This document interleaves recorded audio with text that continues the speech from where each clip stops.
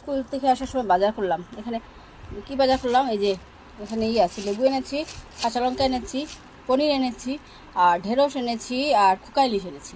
দেখাবো এগুলো এখানে নেই।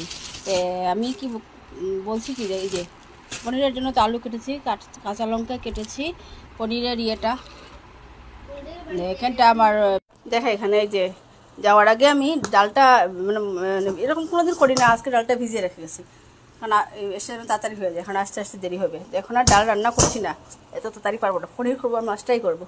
ওই যে মাছ,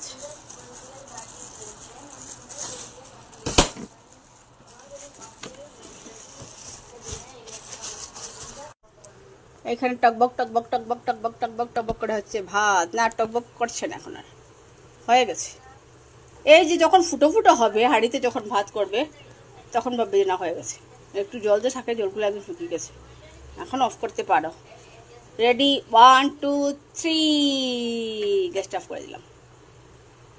এখন এই যে মাছ কেটে ফেলেছি, এখন ওইটাকে ভাজবো মানে কি, এটার মধ্যে আমি আর কিছু হলুদ নুন কিচ্ছু মাখাচ্ছি না। আমার একদম ভালো আসছে, আমি একদম কড়ার মধ্যে তেলের মধ্যে দিয়ে দেবো, একদম টাইম নেই, খুব তাড়াতাড়ি আজকে, মানে দেরি হয়ে গেছে সকালে স্কুলে যাওয়ায়, ওই জন্য একদম পাতলা পাতলা ঝোল করবো। এই যে এখন ভাজছি, আজকে একদম ফাঁকিবাজি।